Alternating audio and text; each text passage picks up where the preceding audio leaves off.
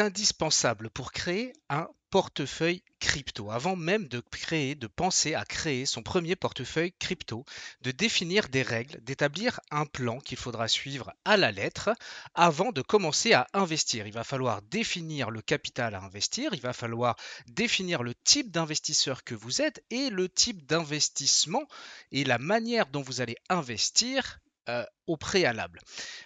Comme un fait exprès, c'est une vidéo que j'avais prévu de faire il y a déjà relativement longtemps en fait, et puis j'avais pas eu le temps de la faire. J'avais prévu de la faire aujourd'hui et comme un fait exprès, ce matin, je me retrouve avec Chinois CBR que je salue au passage, qui nous a rejoint sur le groupe Telegram, qui me dit: Salut, je suis nouveau et je m'intéresse à la crypto, je suis débutant, j'ai ouvert une plateforme Binance, que me conseillez-vous comme crypto à acheter?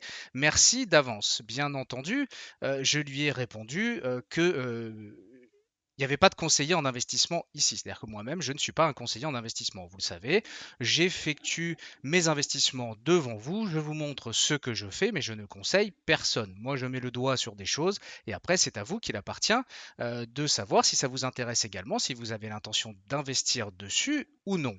Parenthèse effectuée, il y a quand même quelque chose qu'il faut prendre en considération dès le départ, c'est qu'il y a d'abord un autre problème à résoudre avant même de créer son compte Binance.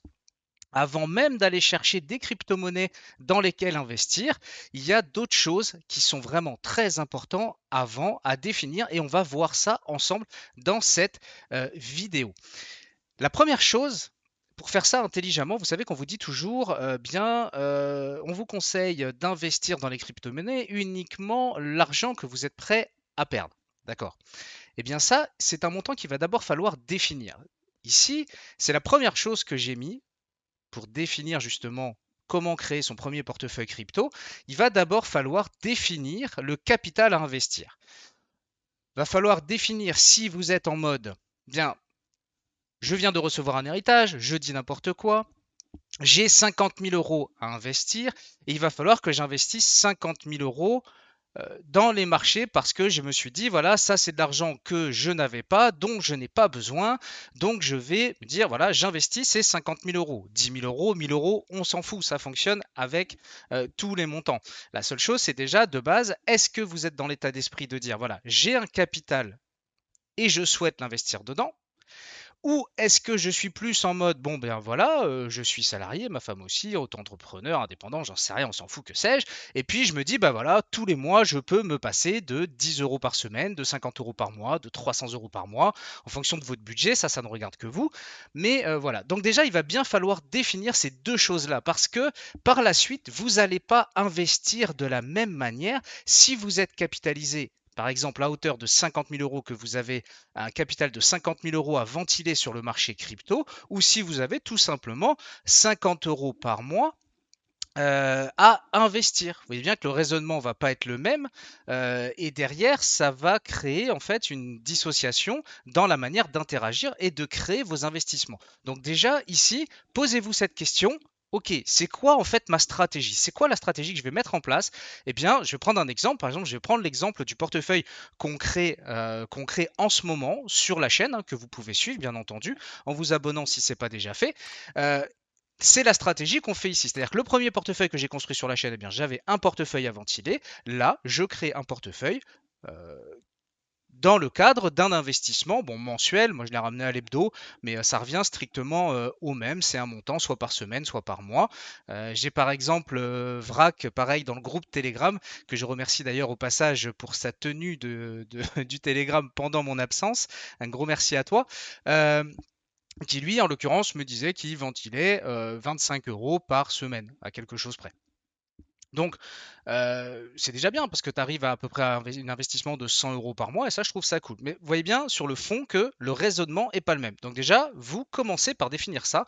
Ici, pour prendre l'exemple, donc comme je vous disais, du portefeuille qu'on est en train de constituer sur la chaîne, eh bien moi, je coche cette case-là en me disant, ben moi ici déjà, je sais que je veux investir 75 euros par semaine, soit l'équivalent d'à peu près 300 euros par mois.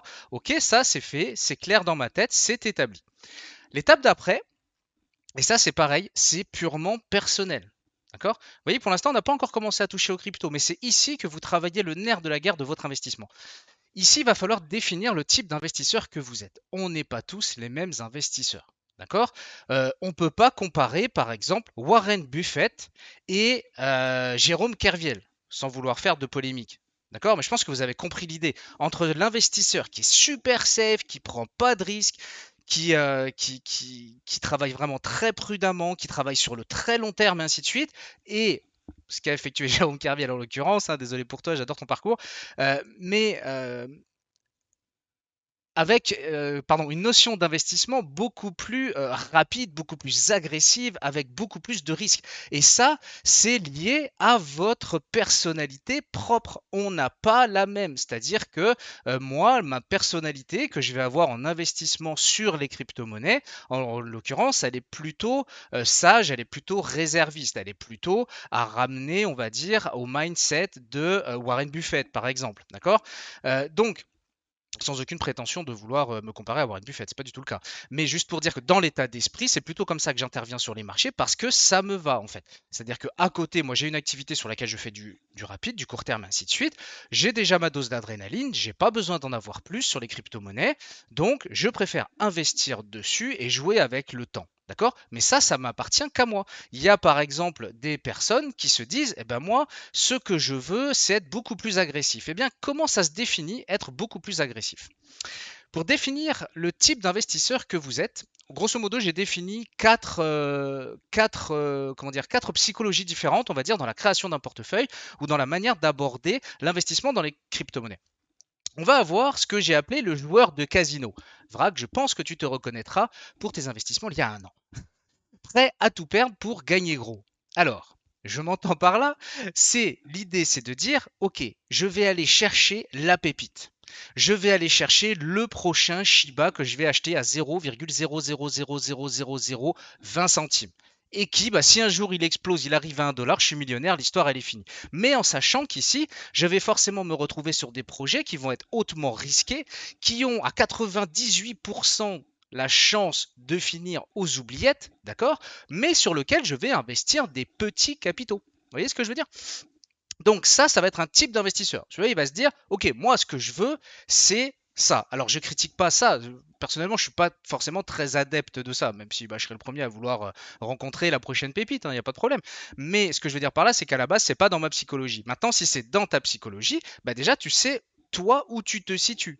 D'accord. C'est-à-dire que si au premier palier, bah, tu es un investisseur qui va envoyer 50 euros par mois, eh bien, tu sais que dans ta manière de chercher tes cryptos, déjà, tu es prêt à perdre 100% pour commencer, hein, important. Et ici, tu vas te retrouver eh bien, à aller chercher des projets qui sont très, très, très early, qui sont classés 4 millièmes, 5 millièmes, 6 millièmes au market cap, en essayant bah, de faire le coup du siècle, hein, on va dire. D'accord. Et ça, c'est pareil, ça va changer ta manière d'intervenir par la suite. Ensuite, il y a un deuxième profil qui est le conservateur avec le goût du risque, mais pas trop. Alors, moi personnellement, c'est là que je me situe en fait. C'est-à-dire que je suis conservateur, d'accord? C'est-à-dire que vous pouvez constater dans mes portefeuilles que j'ai à peu près 90% de mon portefeuille en crypto-monnaie qui est dans le top 100 au market cap. D'accord? C'est-à-dire qu'on est sur les 100 plus gros projets. Ça veut dire que c'est potentiellement ceux qui vont avoir le moins, alors j'aime pas trop dire ça, mais le moins de potentiel explosif, d'accord? Même si pour moi, il reste bien entendu des projets où on peut encore largement faire surtout en ce moment, des fois 10, des fois 50, voire même des fois 100, d'accord? Donc, jusque-là, ça ne me gêne pas, mais par contre, moi, je vais être vraiment très conservateur, je vais rester là. Et avec le goût du risque, ce que j'entends par là, c'est que bien, moi, je vais me dire, dans mon capital, dans la diversification de mon capital, eh bien, je vais essayer d'aller trouver quand même, malgré tout, des crypto-monnaies un petit peu plus loin dans le market cap, hein, par exemple, où je vais aller chercher dans les 200, 300, peut-être 400 au market cap, sur des projets auxquels je crois, sur des projets où je vais faire par contre énormément de recherches, où je vais vouloir qu'il y ait énormément de personnes qui soient intéressées par le projet, que je comprenne le projet, et ainsi de suite. Mais ça va être une petite partie de mon capital, comparativement aux joueurs de casino, qui lui, ça va être 100% de son capital qui va être investi sur du shitcoin en veux-tu, en voilà, en espérant trouver la pépite. D'accord? C'est-à-dire que moi, effectivement, moi aussi, je suis prêt et j'ai conscience que je peux potentiellement perdre tout ce que j'investis, mais la plus grosse partie que j'ai en portefeuille, c'est quand même sur des cryptos où si celles-là, elles s'effondrent et disparaissent, en l'occurrence toutes, d'accord, parce que je crée une diversification, bah, c'est que toutes les crypto-monnaies, elles auront disparu et que ça se sera vraiment très très mal passé. Chose qui m'étonnerait quand même fondamentalement. Ça, c'est le deuxième profil d'investisseur. Donc vous, il va falloir savoir dans quelle case, sur quelle case vous vous trouvez. Ensuite, il y a le safe plus plus. Moins il y a de risques, mieux je me porte. D'accord? Alors celui-là, il oublie même les 200, les 300, il va pas se creuser la tête et ainsi de suite. Il dit, ok, je t'explique.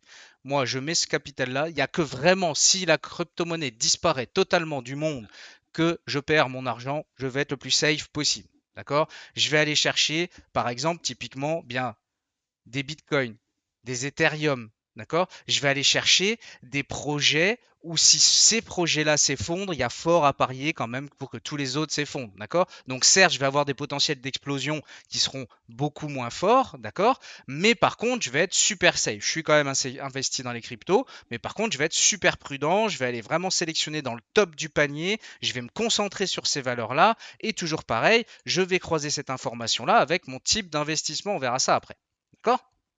Et ensuite, tu as l'ultra conservateur, aucun risque, je veux pas perdre. Bah là, j'ai envie de dire, celui-là, en fait, il n'a pas 350 000 solutions.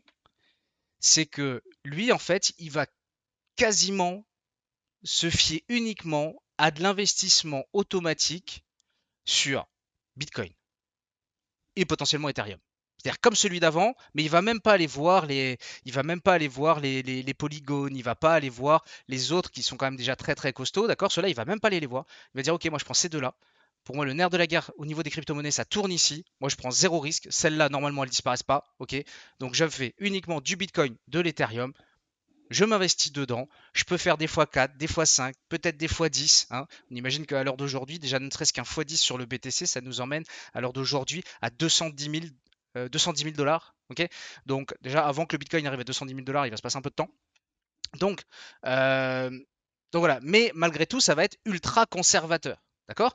Donc vous, ici, il va vraiment falloir définir quel est votre type d'investisseur, quel type d'investisseur vous êtes, quel type d'investissement vous avez l'intention de faire, d'accord? Et ça, il faut le définir avant. Pourquoi? Parce que bah, ça va vous permettre de partitionner votre portefeuille. Si vous êtes ultra conservateur, bah, c'est facile, vous avez l'intégralité de votre portefeuille qui va se retrouver à naviguer entre Bitcoin et Ethereum, d'accord? Si vous êtes un joueur de casino, prêt à tout perdre, vous avez 100% de votre portefeuille qui va se retrouver finalement dans tous les shitcoins de la planète en investissant des petites sommes, en espérant trouver le prochain Shiba ou le prochain Bitcoin, et en se disant, je joue au loto, et si ça explose, eh ben tant mieux, je suis dedans.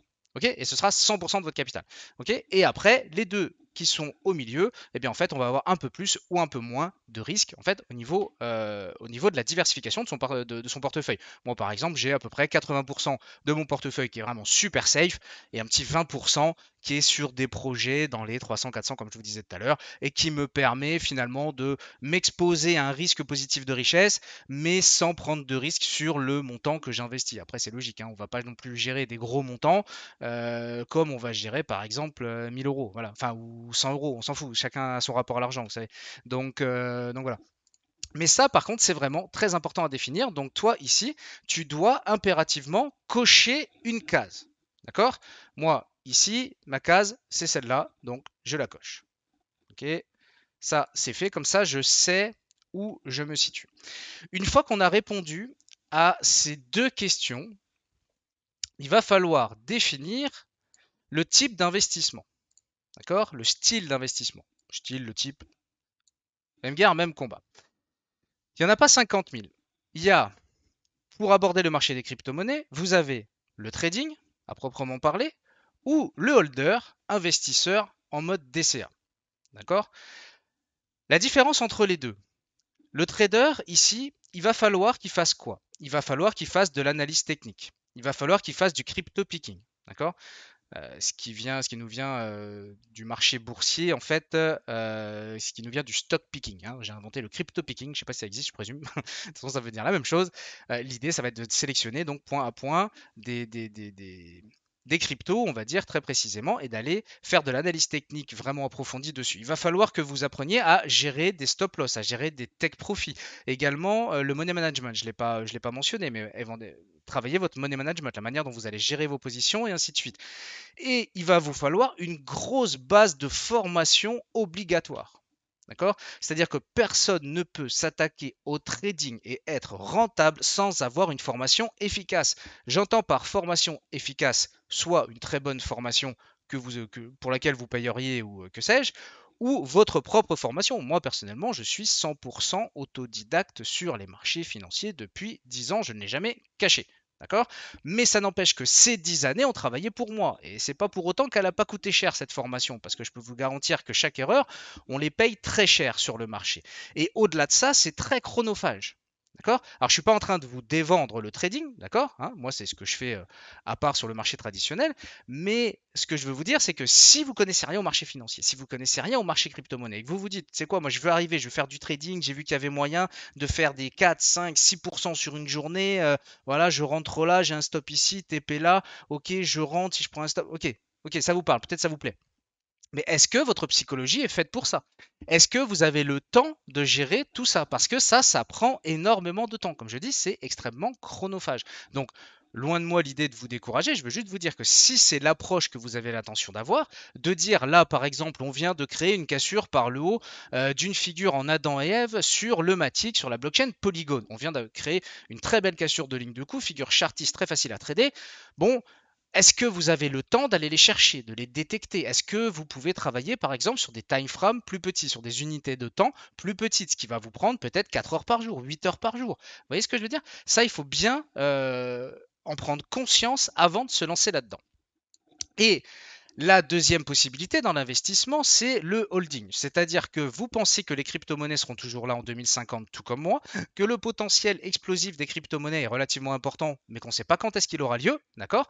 Donc, vous allez vous dire, moi je veux investir sous forme de DCA, le dollar cost average, qui me permettra finalement de lisser dans le temps mes investissements, qui va être beaucoup moins chronophage, qui va me laisser le temps de voir ce qui se passe, de suivre l'actualité une fois par semaine, de gérer mon portefeuille tranquillement, d'en rentrer une par semaine, une par mois, que sais-je. Je veux dire, là, vous avez le temps, et puis de toute façon, c'est le temps qui travaille pour vous. Et c'est ce que j'ai mis. Le temps travaille pour vous quand on hold. D'accord?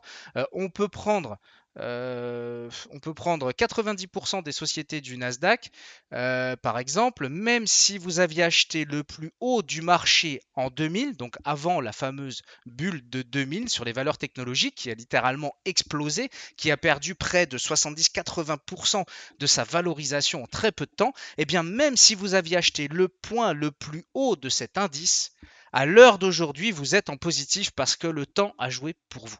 D'accord? Ça, c'est vraiment important à intégrer. On supprime les risques liés à la volatilité des marchés quand on fait du holding également.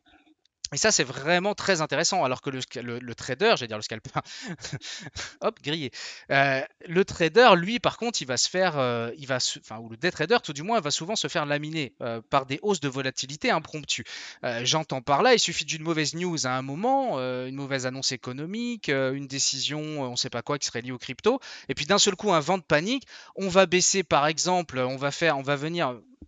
Typiquement, on va imaginer la cassure du support des 18 500 sur le Bitcoin en ce moment. On imagine qu'on fasse ligne droite sur les 12 000. Bon, bah toi, si tu es en position de trading avec des stops, tu te fais défoncer, c'est obligatoire. D'accord? Alors que si pour toi, tu es dans un objectif long terme holding, tu vas pas kiffer voir ton portefeuille baisser, d'accord? Mais comme tu as zéro effet de levier sur tes positions, c'est-à-dire que les montants qui sont investis sont tes capitaux propres, c'est-à-dire que tu ne peux pas te faire liquider, d'accord? Comme sur les marchés futurs éventuellement dans le cadre du trading, eh bien là en l'occurrence, tu vas pas aimer la blague, mais tu sais que à terme, si tu as raison et que eh bien, le marché des crypto-monnaies de toute façon à terme est censé être valorisé et valorisant, eh ben il n'y a pas de souci.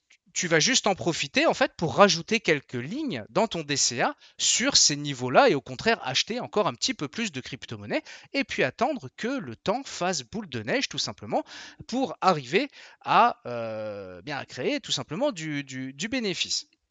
Ensuite, il y a un autre avantage avec le fait de holder de la crypto-monnaie, c'est pas un avantage des moindres, et moi je le vois beaucoup en ce moment, et je l'ai vraiment vécu là pendant le bear market, c'était vraiment intéressant, même si forcément j'ai eu des baisses sur mes rendements de stacking, mais j'ai quand même eu des rendements dessus.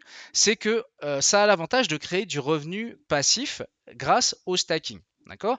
Pour faire simple, le stacking, en gros, c'est le fait, je vulgarise à mort, hein, d'accord? En gros, c'est tout simplement de placer vos crypto-monnaies, un petit peu comme si vous les mettiez sur un livret épargne, en fait, avec un taux, avec un pourcentage, on va dire, de dividendes, c'est pas des dividendes, bon bref, vous avez compris l'idée, qui vont vous revenir en fait, et puis ça va vous permettre de gagner un petit peu de cette crypto-monnaie tous les jours, toutes les semaines, tous les mois, et ainsi de suite. Donc ce petit peu qui s'accumule, l'air de rien, bah, il continue de faire augmenter votre bague de tokens, d'accord? C'est-à-dire que même si le cours, le prix, la valeur des cryptos que vous avez achetés baisse, bah, pendant ce temps-là, vous continuez quand même d'en accumuler plus. Ce qui fait qu'après, quand ça repart à la hausse, bah, c'est toujours sympathique. Moi, pour vous donner une idée, quand le Bitcoin était à 45 000 dollars, je générais environ 10 euros de stacking par jour. Ok?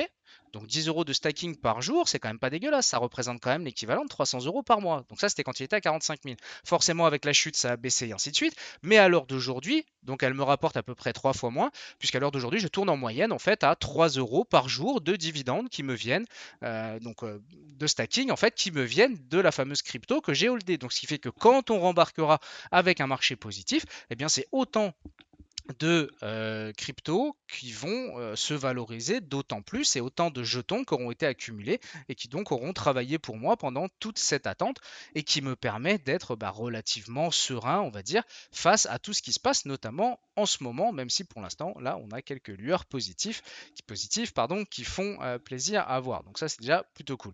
Ok, donc vraiment important de dissocier ces deux choses-là, pardon. Je ne sais pas si vous étiez posé la question, peut-être, peut-être pas. En tout cas, sachez que c'est vraiment les questions qu'il faut vous poser toujours avant même de commencer. D'accord? L'avantage de faire tout ça avant, c'est qu'une fois que vous allez en arriver au moment où vous allez investir, ok? Eh bien, tout ça, c'est déjà clair dans votre tête. Et plus c'est clair, plus le plan est clair, plus ce sera facile pour vous de gérer toute la suite et au moins vous savez où vous allez. Ok? C'est-à-dire que si demain vous rencontrez quelqu'un, vous êtes au bar, tu entends parler crypto à côté, forcément tu t'intéresses, tu discutes si t'es comme moi, et tu vas dire, ok, c'est quoi ta stratégie pour les cryptos? Ah bah, tu vois, si t'es débutant et que t'as pas regardé cette vidéo et que bah en fait tu te dis bah moi j'achète des cryptos, quoi, celles qui me viennent, ce que j'entends parler et ainsi de suite, le gars à côté il va te dire ah oui d'accord, ah ouais ok, t'es franchement débutant en fait. Alors que si tu lui dis bah écoute, moi j'ai établi un plan qui est super simple, c'est-à-dire qu'en fait bah, j'investis 50 euros par mois, moi j'ai un profil assez conservateur, donc ce qui fait que je m'oriente plutôt vers des projets qui tournent dans le top 100, voire un petit pourcentage dans des projets un tout petit peu plus early mais quand même un petit peu sûr. Et par contre, moi, je ne fais que de holder la position. Déjà parce que j'ai pas forcément le temps qui me permet de faire du trading sur le marché des crypto-monnaies. En termes de risque, je me sens pas, j'ai pas le temps de faire la formation qui va avec. Et puis en plus, l'avantage, c'est qu'avec mon holding, eh bien écoute, je stack. Moi, je vois plutôt les cryptos sur un marché long terme. Et du coup, je suis beaucoup plus serein. Tu vois comme la réponse d'un seul coup du gars qui est à côté, il va dire toi je t'aime bien mon gars, je te paye une bière. Je vous garantis que le résultat ce sera ça pour l'avoir vécu. Bref. Donc, c'est vrai que là, ça, c'est vraiment pour moi le nerf de la guerre. Vous voyez, j'ai pas encore cliqué sur investir parce que finalement, investir ici, c'est vraiment la seconde partie. Réfléchissez-vous de ce côté-là, cochez vos cases. D'accord? Moi, j'ai oublié de cocher celle-là, mais je vais le faire. Hop, c'est important de cocher des cases pour le coup. Plus vous allez être régulier, plus vous allez être carré ici, mieux ce sera pour vous et plus vous aurez des bases déjà où vous comprenez, vous commencez déjà à comprendre ce que vous faites en sachant que ce qui s'applique ici pour les crypto-monnaies, je ne l'ai pas inventé, hein. C'est très exactement le même principe pour le marché boursier, hein. Si vous avez j'allais dire un livret A, n'importe quoi. Par exemple un PEA et puis vous vous dites, bah voilà, j'aimerais investir en actions.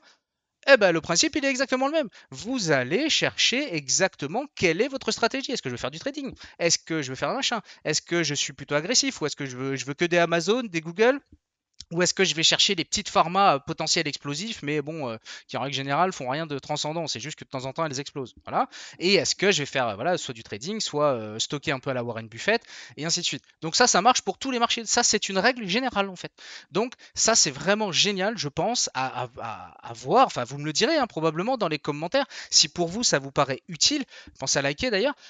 Si ça vous paraît utile d'avoir eu cette réflexion et de se dire ah ouais ok c'est vrai que c'est pas bête en fait une fois que j'ai causé toutes ces cases, une fois que j'ai coché toutes ces cases là pardon, bah, c'est vrai que c'est vachement plus simple pour moi dans mon esprit. Et ensuite on en arrive à la dernière case qui est d'investir. À partir de ce moment-là, là on va pouvoir commencer à travailler par rapport à toute la sélection qu'on a fait avant. Bien ce qu'on va faire, on va commencer à analyser des projets, on va commencer à lire des white papers, on va commencer à s'intéresser un peu sur les réseaux sociaux, de quoi on parle et ainsi de suite. On va rentrer un petit peu en profondeur, on va vraiment s'intéresser au sujet propre. Il faut principalement si vous faites du holding, d'accord, il va falloir surtout favoriser l'analyse de projet parce que vous allez être dans l'état d'esprit long terme.